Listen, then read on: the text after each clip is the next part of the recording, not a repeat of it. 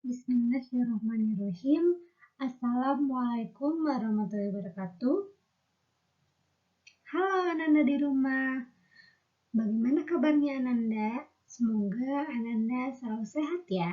Alhamdulillah hari ini kita akan belajar kembali bersama dengan Bunda. Hari ini kita akan belajar tentang sistem pernapasan manusia pada tema 2, subtema 1, pembelajaran 2. Ananda masih ingat kemarin belajar tentang sistem pernapasan pada hewan. Sekarang kita akan belajar tentang sistem pernapasan pada manusia. Mohon Ananda simak penjelasan dari Bunda serta Ananda juga perhatikan dan simak dari awal sampai akhir. Sistem pernapasan manusia. Apa itu bernapas? Makhluk hidup di dunia ini termasuk kita semua manusia pasti bernapas. Bernapas merupakan proses menghirup udara yang dimaksud dengan oksigen dan menghembuskan dinamakan karbon dioksida atau CO2. Di dalam sistem pernapasan manusia terdapat organ pernapasan. Pernapasan pada manusia dilakukan oleh organ pernapasan yang terdiri dari hidung, tenggorokan, dan paru-paru.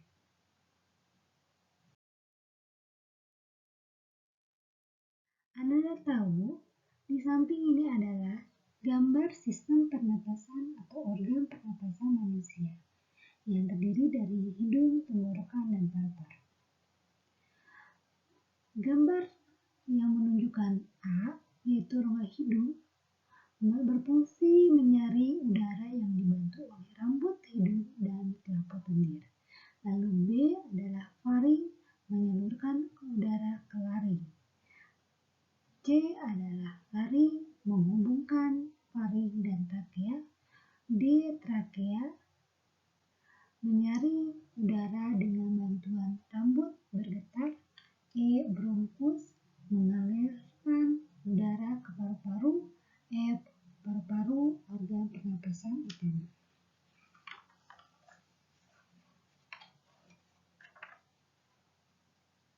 Lihat dan perhatikan baik-baik sesuai dengan gambar di samping terdapat adalah dari A sampai F, lalu yang G adalah diafragma. Yang pertama ada hidung. Udara masuk ke rongga hidung dengan mekanisme inspirasi. Udara masuk ke dalam hidung akan melalui 3 proses. Inspirasi itu apa, Nanda? Inspirasi yaitu proses menghirup udara. Yang pertama, 3 proses dalam masuk hidung, udara masuk hidung akan melalui 3 proses. 1. Udara masuk disaring di rongga hidung oleh rambut hidung untuk menyaring partikel debu dan kotoran sehingga tidak langsung masuk ke saluran pernapasan. Yang kedua, lalu selaput lendir dilakukan penghangatan sesuai dengan suhu tubuh sehingga dapat diatur kelembapan. Yang ketiga, kelembapan udara yang masuk ke saluran pernapasan. Jadi, udara yang masuk ke dalam hidung akan mengalami 3 proses, yaitu penyaringan udara, penghangatan udara, dan pengaturan kelembapan udara. Lihat gambar di samping, ada gambar rongga hidung yang terdapat di dalam rongga hidung terdapat rambut dan selaput lendir. Selanjutnya yaitu tenggorokan. Perhatikan gambar di samping. Setelah melalui rongga hidung, akan melalui faring. Faring yaitu persilangan jalur udara dan makanan bertemu. Faring ini terdapat tempat yang dilalui berasal dari mulut. Setelah melalui faring, udara akan memasuki laring. Di depan lidah dan di belakang laring terdapat epiglotis, yaitu masuknya udara dan makanan ke saluran masing-masing. Ketika makanan ditelan, laring bergerak ke atas dan mendorong epiglotis akan bergerak mendorong epiglotis, dan epiglotis menutupi epiglotis. Epiglotis bukan trakea atau tenggorokan, sehingga memungkinkan makanan menurunkan esofagus menuju ke lambung.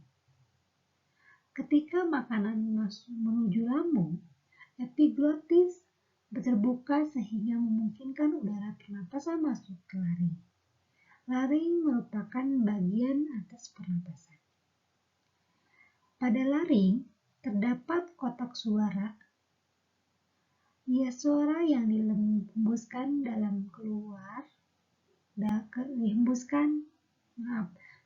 suara yang dihembuskan ke dalam ataupun keluar mengalir cepat melalui pita suara, dan terdapat sepasang pita suara elastis di dalam laring. Suara yang dihasilkan kotak suara menegang atau kontraksi, merentang dan bervibrasi atau bergetar. Suara tinggi dihasilkan suara bervibrasi yang sangat cepat, dan suara rendah berasal dari suara tidak begitu tegang dan berinspirasi secara lambat. Lalu akan melaju ke trakea.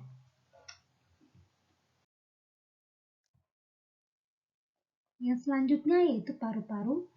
Dari laring terdapat trakea. Pada dinding trakea terdapat kartilago atau tulang rawan yang memperkokoh trakea sehingga saluran tetap terbuka. Kartilago berbentuk menyerupai cincin. Lihat gambar di samping, coba Anda perhatikan. Selain itu, terdapat epitelium yang melapisi trakea hingga bronkus. Epitelium ditutupi silia dan selapis muskus atau cairan lendir yang tipis, berfungsi untuk menangkap debu atau kontaminan yang lolos dari rongga hidung. Silia berdenyut dan bergerak seperti ombak menggerakkan monkus ke paring. Tempat monkus ditelan atau dibuang sengaja melalui mulut. Proses ini dinamakan ekskolator monkus. Proses memainkan peran penting dan membersihkan sistem pernapasan.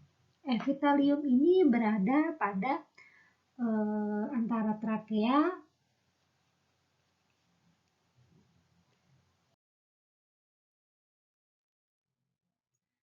Anda bisa memperhatikan kembali pada gambar di samping. Dari trakea terdapat dua cabang yang disebut bronkus. Bronkus ini bercabang membentuk organ pernapasan paru-paru. Di dalam bronkus bercabang lagi yaitu saluran kecil dinamakan bronchiolus.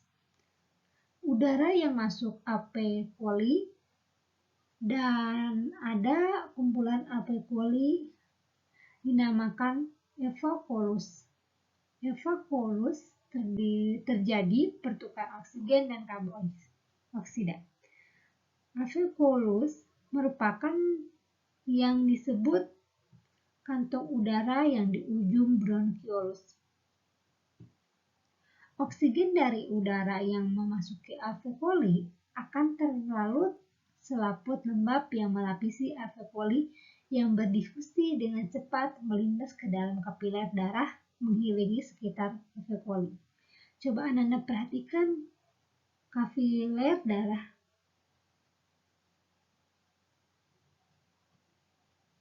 Sedangkan dengan berlawanan karbon dioksida berdifusi dari kapiler darah untuk melintasi alveoli untuk dikeluarkan pada rongga udara, keluarkan oleh tubuh melalui ekspirasi.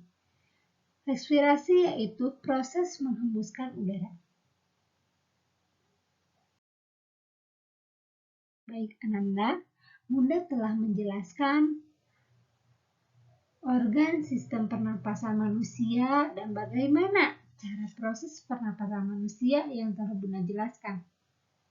Jadi sistem pernapasan manusia itu terdiri dari tiga organ yaitu hidung, tenggorokan, dan paru-paru. Dan proses sistem pernapasannya sudah Bunda jelaskan secara utuh sehingga Ananda harus menyimak dari awal hingga terakhir. Jika Ananda mengetahuinya, maka Ananda pasti paham bagaimana alurnya.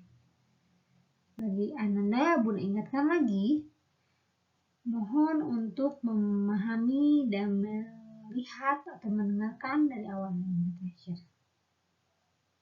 Baik, terima kasih Ananda. Jangan lupa untuk mengerjakan tugas di rumah. Bunda akan share tugasnya di Google Classroom. Sampai jumpa di pembelajaran Bunda selanjutnya.